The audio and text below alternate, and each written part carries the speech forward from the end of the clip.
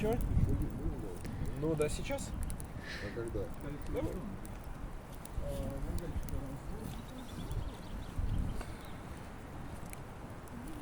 Пока не приготовится, пока.